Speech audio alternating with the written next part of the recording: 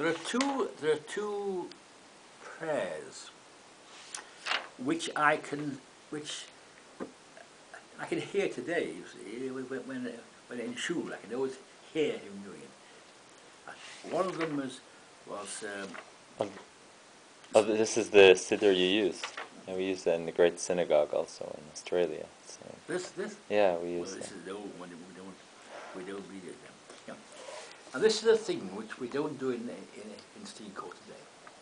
When we open the ark,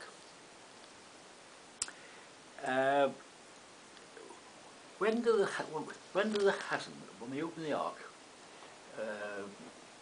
to take the Torah out for the reading of the Torah, when does he go up? Some have different minhagim. Some go up. No, don't. They all go up. They all go up after. Well, after the finish L'Tab L'Chaim V'Lishlom Amen. After Brich Shmei. Actually, yes. Now, Chazan Newman all went up on Ve'ani Tefilo. See, that's when he came up. That's when he came up. And I remember him. He was a stately man, you know. He had. I'm talking now about Yom Meroim. He was a picture. You've never seen anybody like him.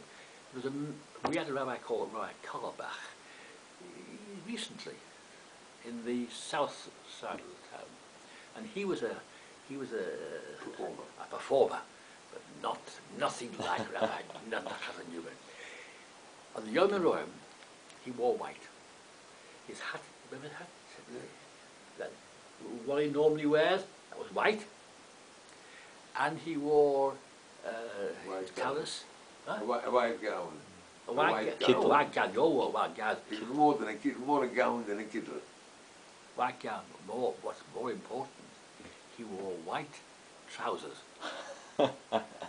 White tennis trousers, you know, in those days, or cricket trousers. He was all in white. And his hair down like that. And he had, the pictures show this, his lace, he was lace on his cuffs. And lace hair. There's nobody ever looked like him, in my experience. He was and then he said,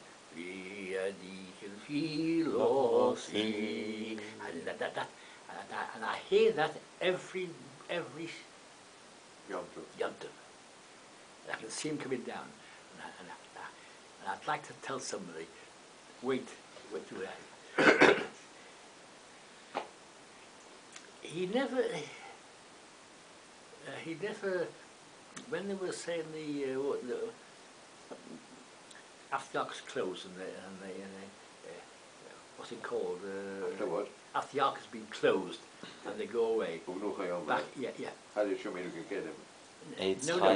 No. On Yom Tov, when they go down backwards and they sing for the. In the near only. Yeah. In the near only. In the near only. Well, he always waited.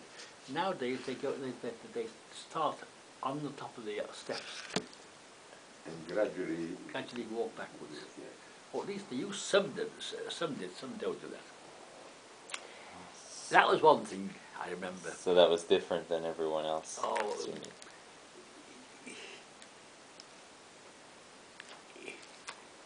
he didn't walk backwards. Some of them walked backwards, but that's what he didn't do. Now, the next thing I remember, and this I've never heard anybody as good as him, was the Rabbi Eliezer at the end of the and he had a choir.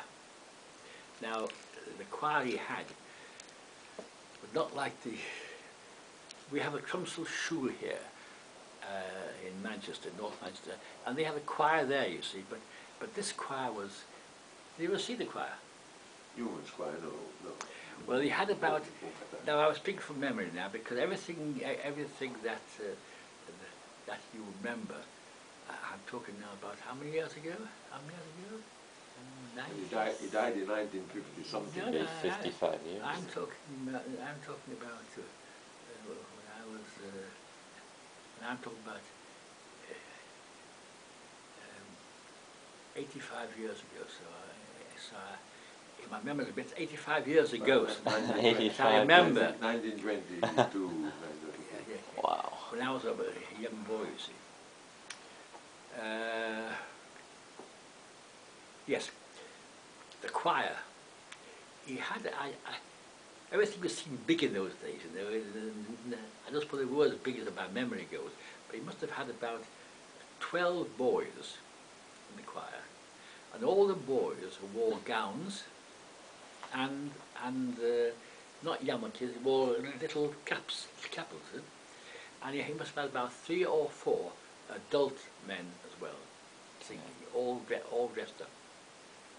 I remember I used to sit here, the ark was over there, and I sit here.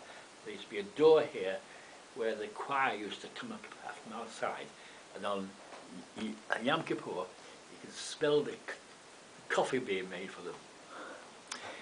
The coffee. The coffee, yes, for the boys. You give them coffee in Yom Kippur? No, After. For the young boys. Oh, what? For the boys, the choir. Okay. Yes. Well, we used to, they were young. Things weren't quite as fun as they were. That's putting it mildly, isn't it? That's putting it mildly. Yeah. I used to sing this with the choir, and the choir used to have money, you see. Now, I can't repeat